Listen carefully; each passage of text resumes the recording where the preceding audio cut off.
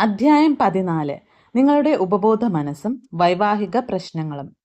മനസ്സിന്റെ പ്രവർത്തനങ്ങളെയും ശക്തികളെയും കുറിച്ചുള്ള അജ്ഞതയാണ് എല്ലാ ദാമ്പത്യ പ്രശ്നങ്ങൾക്കും കാരണം. മനസ്സിന്റെ നിയമം ഓരോരുത്തരും ശരിയായി ഉപയോഗിച്ചാൽ ഭാര്യയ്ക്കും ഭർത്താവിനും ഇടയിലുള്ള സംഘർഷം പരിഹരിക്കാൻ കഴിയും. ഒരുമിച്ച് പ്രാർത്ഥിക്കുന്നതിലൂടെ അവർ ഒരുമിച്ച് നിൽക്കും. ദൈവിക ആദർശങ്ങളുടെ വിചിന്തനം, ജീവിത നിയമങ്ങളുടെ പഠനം, ഒരു പൊതു ഉദ്ദേശത്തെയും പദ്ധതിയെയും കുറിച്ചുള്ള പരസ്പര ഐക്യം, കൂടാതെ വ്യക്തി സ്വാതന്ത്ര്യത്തിന്റെ ആസ്വാദനം എന്നിവ രണ്ടുപേരും ഒന്നായി തീരുന്ന വിവാഹം ആനന്ദമാക്കുന്ന ആ ഏകത്വ ബോധമുള്ള ശ്രുതിമധുരമായ ദാമ്പത്യത്തിന് കാരണമാകുന്നു. വിവാഹമോചനം തടയാനുള്ള ഏറ്റവും നല്ല സമയം വിവാഹത്തിന് മുമ്പാണ്. വളരെ മോശമായ അവസ്ഥയിൽ നിന്ന് കരകയറാൻ ശ്രമിക്കുന്നതിൽ തെറ്റില്ല. പക്ഷേ ഒന്നാമത് തന്നെ എന്തുകൊണ്ടാണ് മോശമായ അവസ്ഥയിലെത്തുന്നത്? ദാമ്പത്യ പ്രശ്നങ്ങളുടെ യഥാർത്ഥ കാരണത്തിൽ ശ്രദ്ധ ചെലുത്തുന്നതും, മറ്റൊരു വിധത്തിൽ പറഞ്ഞാൽ ആ പ്രശ്നത്തിന്റെ മൂലകാരണം ശരിക്കും കണ്ടെത്തുന്നതും ആയിരുന്നില്ലേ നല്ലത്?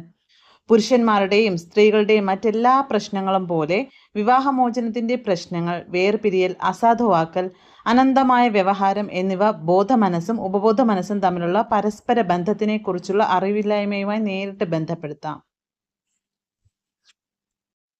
വിവാഹം യഥാർത്ഥമാകണമെങ്കിൽ ആദ്യം അത് ആത്മീയമായ അടിത്തറയിലായിരിക്കണം. അത് ഹൃദയത്തിൽ നിന്നായിരിക്കണം.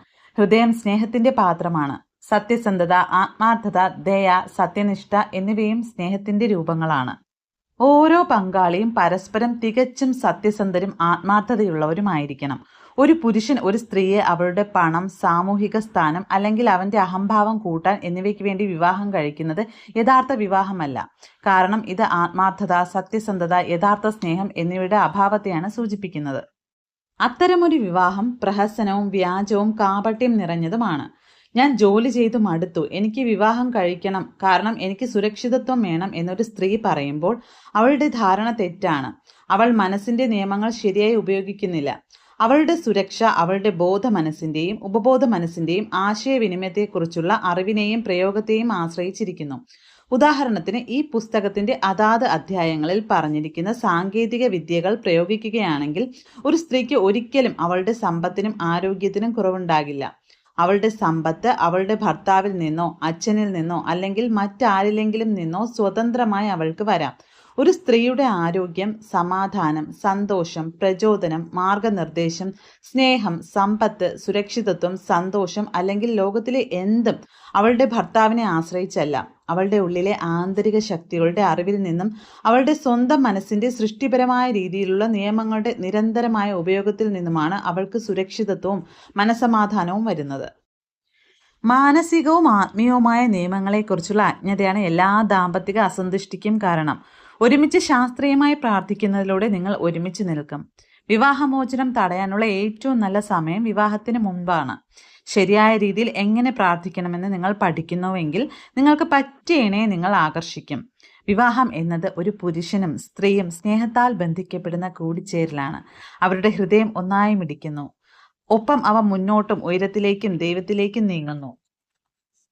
വിവാഹം സന്തോഷം നൽകുന്നില്ല. ദൈവത്തിന്റെ ശാശ്വത സത്യങ്ങളിലും ജീവിതത്തിന്റെ ആത്മീയ മൂല്യങ്ങളിലും വസിക്കുന്നതിലൂടെ ആളുകൾ സന്തോഷം കണ്ടെത്തുന്നു.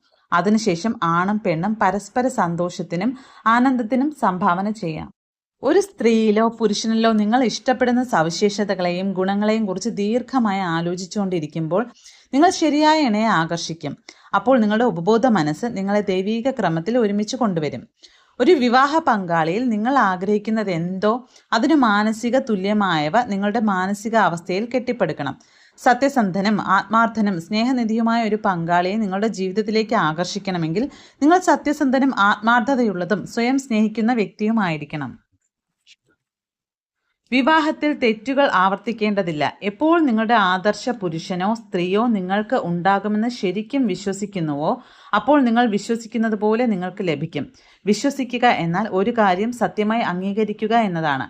നിങ്ങളുടെ അനുയോജ്യമായ ഇണയെ ഇപ്പോൾ മാനസികമായി സ്വീകരിക്കുക. എങ്ങനെ, എന്തിന്, എവിടെയാണ് നിങ്ങൾ പ്രാർത്ഥിക്കുന്ന ഇണയെ കണ്ടുമുട്ടുന്നത് എന്ന് ചിന്തിക്കരുത്. നിങ്ങളുടെ ഉപബോധ മനസ്സിന്റെ ജ്ഞാനത്തിൽ പരോക്ഷമായി വിശ്വസിക്കുക. അതിന് ആ അറിവുണ്ട്. നിങ്ങൾ അതിനെ സഹായിക്കേണ്ടതില്ല. നിങ്ങളുടെ ഇണയോട് ക്ഷോഭം, വിദ്വേഷം, അനിഷ്ടം, ശത്രുത എന്നിവ നിങ്ങൾ വച്ചു പുലർത്തുമ്പോൾ നിങ്ങൾ മാനസികമായി വിവാഹമോചനം നേടിയിരിക്കുന്നു.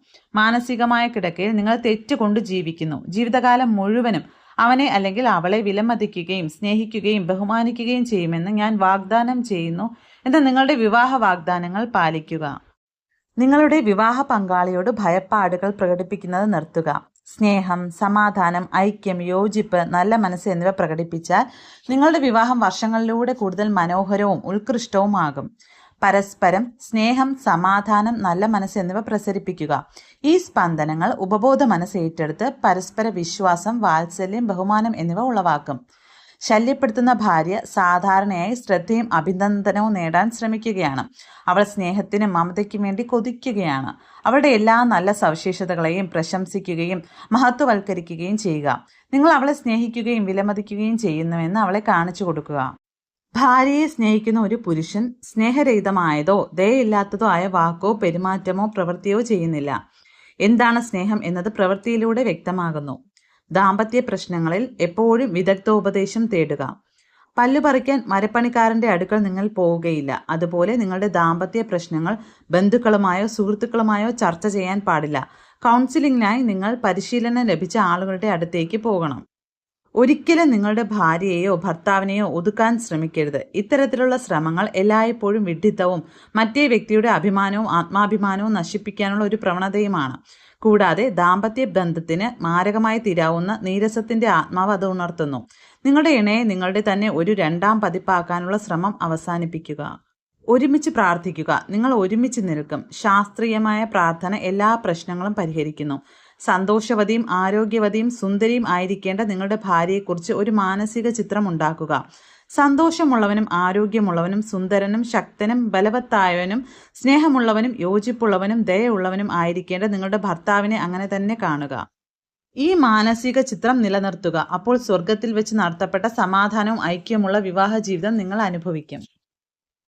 ഒരു ദിവസത്തിൽ നിന്ന് മറ്റൊന്നിലേക്ക് ശേഖരിക്കപ്പെട്ട ചെറിയ നിരാശകളിൽ നിന്നുണ്ടാകുന്ന അസ്വസ്ഥതകൾ ഒരിക്കലും കൊണ്ടുപോകരുത്. നിങ്ങൾ രാത്രി വിരമിക്കുന്നതിന് മുമ്പ് ഏത് കൂർമ്മതയേറിയ കാര്യവും പരസ്പരം ക്ഷമിച്ചു എന്ന് ഉറപ്പുവരുത്തുക.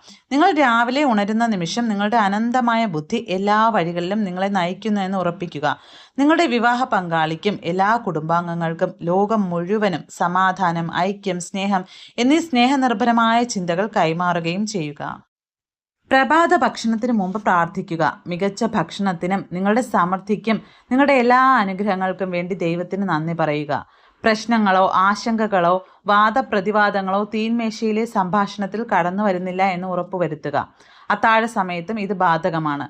നിങ്ങൾ ചെയ്യുന്ന എല്ലാ കാര്യങ്ങളെയും ഞാൻ വിലമതിക്കുകയും ഞാൻ സ്നേഹവും നന്മയും ദിവസം മുഴുവനും നിങ്ങളിലേക്ക് പ്രസരിപ്പിക്കുകയും ചെയ്യുന്നു എന്ന് നിങ്ങളുടെ ഭാര്യയോട് അല്ലെങ്കിൽ ഭർത്താവിനോട് പറയുക. നിങ്ങളുടെ വിവാഹ പങ്കാളിയെ നിസ്സാരമായി കാണരുത്. അഭിനന്ദനവും സ്നേഹവും നിങ്ങൾ പ്രകടിപ്പിക്കണം.